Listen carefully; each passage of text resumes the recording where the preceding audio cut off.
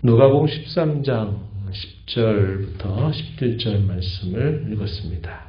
제목을 안식일과 치유라고 제목을 붙였습니다. 우리가 읽은 이 본문의 내용에서는 일련의 사건, 두 가지가 이어지게 된 사건이 기록이 되고 있는데, 하나의 사건은 예수님이 오랫동안 큰 질고 가운데 있었던 한 여인을 치유하신 사건에 대한 기록입니다. 이것이 하나의 계기가 돼서 또 하나의 일이 생기는데, 안식일을 지키는 문제에 대한 시비의 문제가 대두가 됩니다. 그래서 그것에 대하여 예수님께서 어떤 것이 안식일을 지키는 것이냐 하는 것에 대한 가르침을 주시는 말씀이 오늘 우리가 읽은 본문에 잘 표현이 되어 있습니다. 예수님께서는 각 지역을 돌아다니시면서 회당들을 중심으로 해서 안식일이 되면 회당 예배가 진행이 되고 있기 때문에 그곳 회당 예배에 참여하시게 되면서 율법을 낭독하고 또 그 율법에 대하여 예수님이 설명하시는 일을 통해서 이 천국 복음을 전파하고 가르치시는 일을 꾸준히 행하십니다. 오늘 우리가 읽은 본문에도 안식일 날에 회당에서 율법을 가르치시는 예수님의 모습이 소개가 됩니다. 때마침 그 율법의 가르침을 듣는 사람 중에 18년 동안이나 귀신이 들려서 몸이 고라진 그런 상태로 그가 18년을 지냈던 한 여인이 그 자리에 있게 됩니다. 그 여인은 찾아왔으리라 여겨지죠. 예수님의 관한 소문을 들었던 사람이 아마 이 말씀을 들으려고 찾아왔으리라 여겨집니다. 예수님께서 많은 사람들 가운데 그 여인에게 예수님이 특별하게 말씀을 하시죠.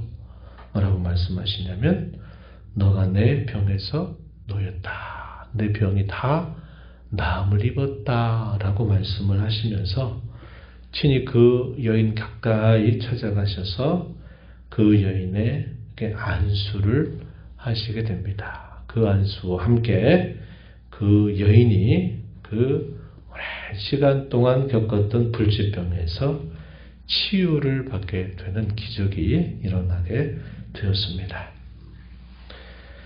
18년 동안, 말이 18년이지 이게 얼마나 힘겨운 시간이었겠습니까? 오늘날처럼 의학의 발달이 된 시대도 아니었고 사람들이 병에 걸리게 될 때 그 병으로부터 나을 수 있는 길은 많지 않았습니다. 더더군다나 귀신이 들려서 병까지 생겨있는 그런 상태고 몸이 꼬부라져서 18년을 보냈을 때 그 고통이 얼마나 컸을까 이런 말할 수 없을 겁니다. 육체적인 고통도 두말할 필요가 없겠지만 정신적인 고통이 대단히 컸을 겁니다. 당시 사람들의 생각, 그 시선은 항상 죄의 문제와 연결시켜서 이런 문제들을 항상 접근하는 방식이었기 때문에 이러한 사람들을 향해서 긍휼의 마음을 갖는 것보다도 정죄의 마음을 더 많이 갖고 있었던 시대였습니다. 대부분의 율법의 가르침이 다 그런 방향으로 가르쳐졌기 때문에 긍휼과 사랑의 대상이다 이렇게 여기기보다는 정죄의 대상이고 함께할 수 없는 사람처럼 여겨지는 그런 사회적 분위기에서 오랜 시간을 살아온 여인입니다. 육체적인 고통도 말하기가 참 어렵고 더더군다나 사람들의 시선과 당시에 그것으로 인해서 그의 심령에 갖는 그 고통은 또 이루 말할 수 없을 만큼 힘들었을 것이다 하는 거예요. 그 여인이 떳떳하게가 아니라 조용히 한 자리에 자리 잡아 그 예수님의 가르침을 듣고 있던 중에 예수님이 그 여인에게 남다른 시선을 가지시고 그 여인에게 말씀하시고 그리고 가까이 찾아가셔서 친히 안수하시면서 그 여인을 낫게 하신 일이죠. 이 여인은 이 일들을 통하여서 하나님께 영광을 돌리게 됩니다. 이렇게만 되었다면 모든 게 다 해피엔딩으로 잘 됐을 것 같은데 문제는 그 다음에 벌어집니다. 어떤 문제냐? 회당 전체를 관할하는 사람, 회당장이 등장하더니 이 사람이 나타나더니 그 일을 행하신 예수님을 향해서는 뭐라고 직접 말하지는 않고 대신 누구에게 말을 하냐면 사람들 다 들으라고 그 치유를 받은 여인을 책망하고 공격하는 말을 하는 겁니다. 뭐라고 얘기합니까? 6일 동안에 와서 나음을 받든가 할 것이지 왜 안식일에 와서 이렇게 하느냐. 그래서 그 치유받은 여인을 대단히 나쁘게 하는 그러한 일을 하게 되는 겁니다. 당시의 가르침에 의하면 그것은 늘상 그렇게 전해졌던 말씀이기 때문에 그것이 큰 문제처럼 보이지 않아요. 하지만 예수님께서 그런 일을 행하신 일에 대해서는 대단히 비난하는 그런 태도를 보이게 된 것이죠. 이렇게 무리들 다 들으라고 그 여인을 공개적으로 책망했던 것은 결국 그 일을 행하신 예수님을 역시 비난하는 그런 태도와 다르지 않았던 것입니다. 예수님께서 답변을 하셔요. 말씀하십니다. 뭐라고 말씀하시느냐? 오늘 우리가 읽은 본문 15절 16절에서 예수님 말씀하셔요. 뭐라고 말씀하시는가? 외식하는 자들아. 회당장뿐만 아니라 회당장과 같은 동일한 생각을 하고 있는 모든 사람들을 다 빗대어서 하신 말씀이죠. 외식하는 자들아. 이렇게 말합니다. 이 외식하는 자들이란 말은 거기 표현된 것처럼 위선자를 표현하는 말이에요. 외식한다라는 말은 곧 위선자들이다. 이렇게 표현하는 말과 같은 뜻입니다. 예수님께서 말씀하셨어요. 안식일이라도 자기가 소유하고 있는 짐승에게 물을 먹이거나 먹을 것을 주기 위해서 움직이고 뭔가를 하는 것에 대해서는 아무런 비난이 없으면서도 왜 예수님이 자신이 그 아브라함의 딸인 한 여인에게 긍휼을 베푼 것에 대해서는 비난하느냐고 예수님이 책망하시는 듯 말씀을 하시는 겁니다. 자기가 소유하고 있는 짐승이 예를 들어서 먹을 것을 제공해 주는 일이라든지 또 다른 성경에 보면 예수님 그런 말씀을 하시죠.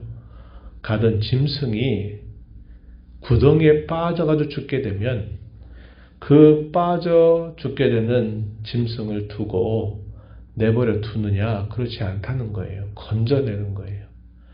그건 뭐냐? 자기가 소유하고 있는 짐승에 대한 긍휼의 마음이죠.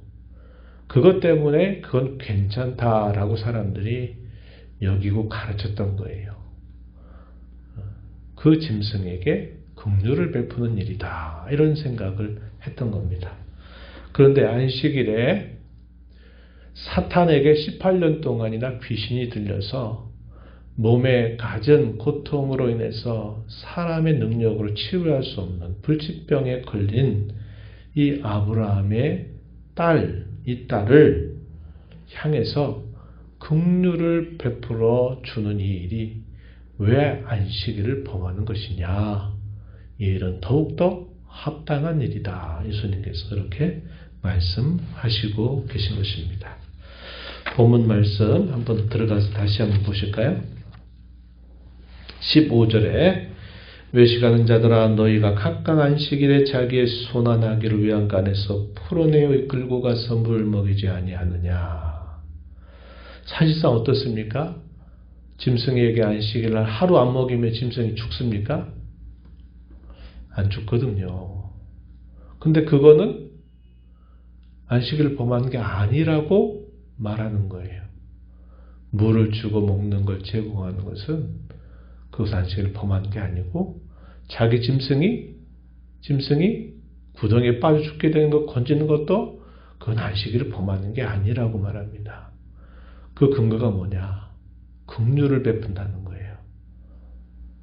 하물며 사람이 갖은 고생을 할 만한 그런 불치병에 걸려서 고생을 하고 있다든지, 더더군다나 오늘 본문에 등장하는 여인은 귀신까지 들려서 사탄에게 완전히 사로잡혀 있는 상태로 18년 동안을 보내왔는데 그 여인에게 긍휼을 베풀어서 그를 얽매고 있는 그 세력들로부터 그를 자유하게 해주는 그 일이 어떻게 안식일을 범하는 것이 되느냐, 이렇게 말씀하시는 겁니다.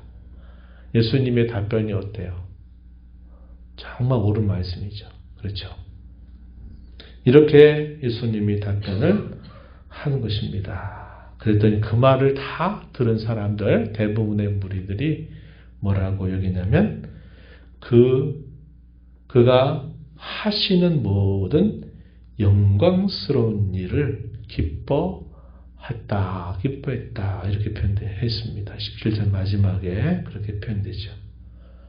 반면에 어떤 상황이 또 벌어졌느냐. 이 회당장을 대표로 해서 그의 말이 옳다고 여겼던 사람들은 부끄러움을 당하게 되는 일이 있게 되었음을 말해주고 있습니다.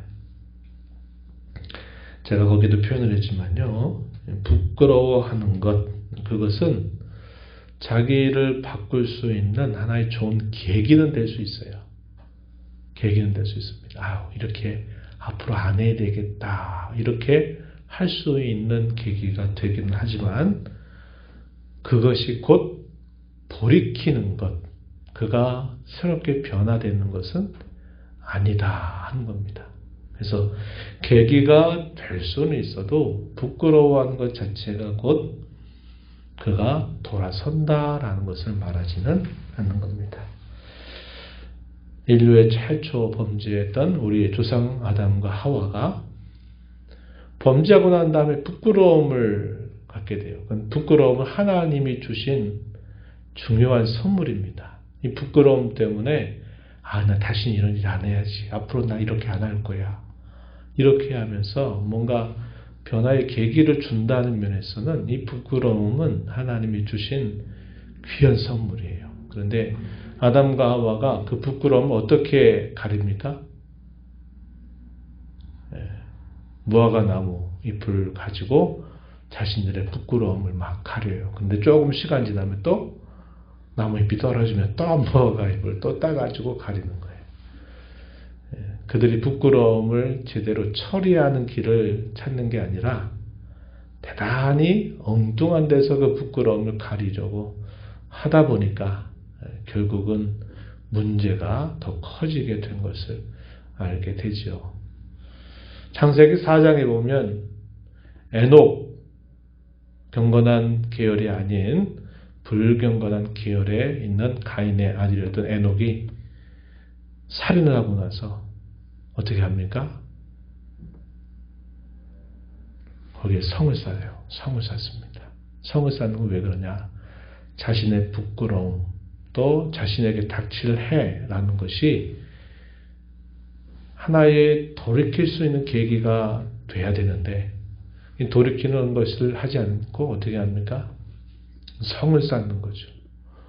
누구든지 나를 해하려고만 해봐라, 내가 반드시 지켜내겠다, 내가 나를 보호하겠다, 이런 방식으로 그 부끄러움을 가리려고 하다 보니까 결국은 문명이 발전이 되긴 하지만 그 문명이 하나님을 경외하는 방향으로 그 문명이 발전이 되는 게 아니라 하나님으로부터 더 멀어지는 방향으로 문명이 발전되는 것을 우리가 알게 되죠.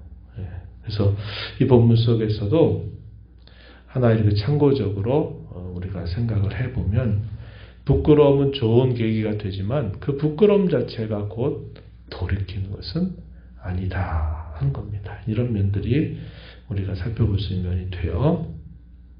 우리가 이것을 통해서 몇 가지 교훈을 생각하게 됩니다. 어떤 광경이었어요? 여인은 자신에게 일어난 이 기적적인 사건으로 인하여 그 모든 영광을 하나님께 돌리게 되고 예수님의 합당한 그 말씀을 들었던 온 무리는 그 영광스러운 일을 기뻐하는 모습을 보여주었어요. 하지만 이 회당장을 비롯해서 그와 동일한 생각을 하는 사람들은 도리어 하나님의 영광을 가립니다. 그리고 그들은 결국 부끄러움, 수치를 당하게 되고 마는 이런 대조적인 모습이 나타나는 것을 우리가 확인하게 되는 것이죠. 과연 누가 안식일을 범하는 것인가? 예수님은 안식일의 병을 고쳐서 특별히 사탄의 권세 아래 매여있던 그 여인을 자유하게 한 그 일은 안식일을 잘 지키는 것이다. 안식일에 해야 될 일이다. 라는 사실을 말씀하고 있는 것이고 회당장은 당시의 율법교사들의 잘못된 가르침에 따라서 그것은 안식일을 범한 것이다. 라고 공공연하게 말했다는 것이죠. 예수님은 그를 향해서 위선자다라고 말씀을 하십니다. 어떤 면에서 위선이냐? 두 가지 면으로 생각해 보는데 하나는 미신적이고 또 하나는 모순적인 면에서 위선자다. 이렇게 볼 수 있는데 율법의 본래의 가르침은 긍휼을 베푸는 일을 하는 겁니다. 안식일에 그 일을 하는 거예요. 하나님께 제사를 드리고 긍휼을 베푸는 일을 한 것이에요. 그런데 이 율법을 가르쳤던 사람들은 본래의 율법을 결국은 뒤로 해버리고 자기들이 그 율법의 새로운 해석들을 덧붙이게 되면서 율법을 결국은 어떻게 하느냐? 진정한 율법을 가려버리는 역할을 하는 겁니다. 그래서 그런 면에서 온전한 신앙에 이르지 못한다라는 면에서는 그들의 가르침과 태도는 미신적이다. 아직 진정한 신앙에 이르지 못했다라는 면에서 미신적이다. 이렇게 볼 수 있겠고 또 하나 이들의 책망은 예수님이 하셨던 말씀과 같죠. 만약에 너희가 소유하고 있는 짐승에게 물을 마시고 먹이는 것이 문제가 되지 않고 너희의 소유하고 있는 짐승이 구덩이에 빠졌을 때 건져내는 것이 아무런 문제가 되지 않는데 왜 하나님이 사랑하는 딸이 오랜 고통 가운데 놓여 있는 것을 해방해 준 이 일이 왜 이것이 안식일을 범한 것이냐? 안식일을 범하는 게 아니다 라고 말하는 겁니다. 그래서 예수님의 책망의 말씀을 곱씹어 보면 당시에 이 율법을 가르치고 말하는 사람들의 모습은 대단히 모순적이에요. 왜 모순적이냐? 자신들이 하는 일을 자신들이 말하는 것에 대해서는 이것은 안식일을 잘 지키는 것이다 라고 말하고 자신들에게 뭔가 안 맞다 그러면 이것은 안식일을 범하는 것이라고 정죄하는 겁니다. 우리 많이 쓰는 어떤 말? 내로남불. 그 말을 그대로 썼어요. 내가 하면 로맨스고 남이 하면 불륜이다. 이렇게 말하는 이런 내로남불과 같은 태도를 가지고 있고 또 이걸 다른 말로 이렇게 말하면 제가 이제 표현했어요. 한자 말이죠. 이혈령, 비혈령. 이 무슨 말입니까? 네. 귀에 걸면 귀걸이, 코에 걸면 코걸이다. 자기 마음대로 판단하고 자기 마음대로 하고 싶은 대로 한다 하는 식의 말을 이혈령, 비혈령 이렇게 말하는 겁니다. 자신들이 하는 것은 잘 지키는 것이고 예수님이 그렇게 하는 것은 범한 것이다. 이렇게 말하는 그 모습들이 일관성이 없고 대단히 앞뒤가 안 맞는 모순적인 태도를 가지고 있다고 말하고 있는 것입니다. 우리는 이야기를 통해서 안식일이 뭐냐 하는 것을 우리가 다시 한번 생각하게 되죠. 안식일은 제사를 드리면 되고 아무 일도 하지 않으면 잘 지키는 것이 아니라 진정한 안식의 의미는 하나님 안에서 그의 영혼이 평안을 얻는 겁니다. 안식을 얻는 거예요. 그러기 위해서 뭐 하는 겁니까? 제사 드리는 거죠. 범죄로부터 더러워진 양심으로부터 그들이 깨끗함을 입을 때 그들의 영혼이 진정한 평안을 얻을 수 있는 거죠. 그들의 몸 또한 어떻습니까? 안식을 얻는다 이 말은 평안을 얻는 건데 그 하나의 대표적인 사건들이 불치병이라든지 이런 병들로부터 치유함을 받는 일이다 하는 겁니다. 그래서 안식일에 하는 일은 생명을 살리는 일과 관계해서 어떤 일이든지 한다 이 말이에요. 오늘 주일을 지키는 일에 있어서도 그 원리는 같습니다. 똑같아요. 하나님께 예배하면서 우리의 영혼이 하나님 안에서 평안을 회복하는 거예요. 죄로 인해서 멀어지고 또 우리의 어두워졌던 마음들이 이 예배를 통해서 하나님께로부터 우리 영혼의 죄가 씻음을 받고 깨끗해서 평안을 얻게 하는 것이고 진정한 안식의 의미는 우리의 몸도 질고로부터 벗어나는 그런 것을 우리에게 보여주고 있다는 겁니다. 그래서 예수님께서 이 땅에서 행하신 이 치유 사건은 하나의 미리 보여주는 예표적인 사건들이 되는 거예요. 무엇에 대한 예표이냐?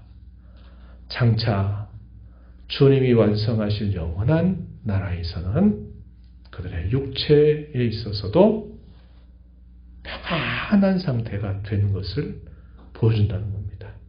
평안하다는 게 뭐예요? 여기에 무엇을 더 할 필요가 없다는 거예요. 왜? 그것으로 충분하기 때문에. 그래서 이 평강이나 평안이라고 하는 말의 의미는 제가 몇 번 말씀을 드리듯이 그것은 하나님이 처음 창조하신 그 모습, 그 상태, 거기에 무엇인가를 덧붙일 것도 없고 뺄 것도 없는 모든 것이 창조함을 받은 그 정상적인 상태에 있을 때 이것을 샬롬이다, 평강이다, 혹은 평안이다 이렇게 말하는 겁니다. 잘 아는 바와 같이 그러한 참 평강은 죄와 타락으로 인하여서 우리에게 그것이 사라져 버렸죠. 그러나 우리는 그리스도 안에서 이 참 평강을 약속받은 것입니다. 우리의 영혼이 사단의 권세와 귀신 들린 그런 모든 것들로부터 우리의 영혼이 벗어나서 자유함을 얻게 되었고 우리의 몸은 온전한 구속의 때를 기다리면서 오늘을 살고 있는 거죠. 그래서 우리의 몸도 질고와 병이 없고 온전한 상태로 회복되는 그때를 우리는 바라보면서 살아가는 겁니다. 그 일이 완성될 때까지 우리는 어떻게 합니까? 긍휼을 베풀어야죠. 우리 자신을 잘 관리하는 일뿐만 아니라 육체적으로 어려움에 있는 그런 사람들 또 정신적으로 여러 어려움에 있는 사람들에게 긍휼과 사랑을 베푸는 일을 계속해야 돼요. 뭐를 바라보면서? 주께서 재림과 함께 온전히 완성해 줄 참 안식을 얻게 하시는 그 날을 바라보면서 우리는 끊임없이 오늘 그러한 긍휼을 베푸는 일을 계속해야 된다는 것을 우리는 배우게 되는 겁니다. 우리가 주일을 맞는 것은 그런 안식을 우리가 묵상하는 것입니다. 우리의 영혼이 하나님 안에서 참 안식을 회복하는 날이고 우리의 몸은 아직은 아니지만 우리의 몸조차도 성도에게 남아있는 영원한 참된 안식이 이루어지게 될 그때를 우리가 묵상하고 소망하고 바라보면서 우리가 주의를 지키는 것입니다. 어려움에 젖어 있는 성도들을 위로하고 그들을 세워주는 일, 병환 중에 있는 성도들을 돌아보는 일, 이것은 우리가 주일에 해야 될 합당한 일이다 하는 것을 우리는 배우게 되는 것입니다. 그래서 우리가 이러한 일들 남은 우리의 삶 속에서 잘 감당하면서 살아가게 되기를 진심으로 바랍니다.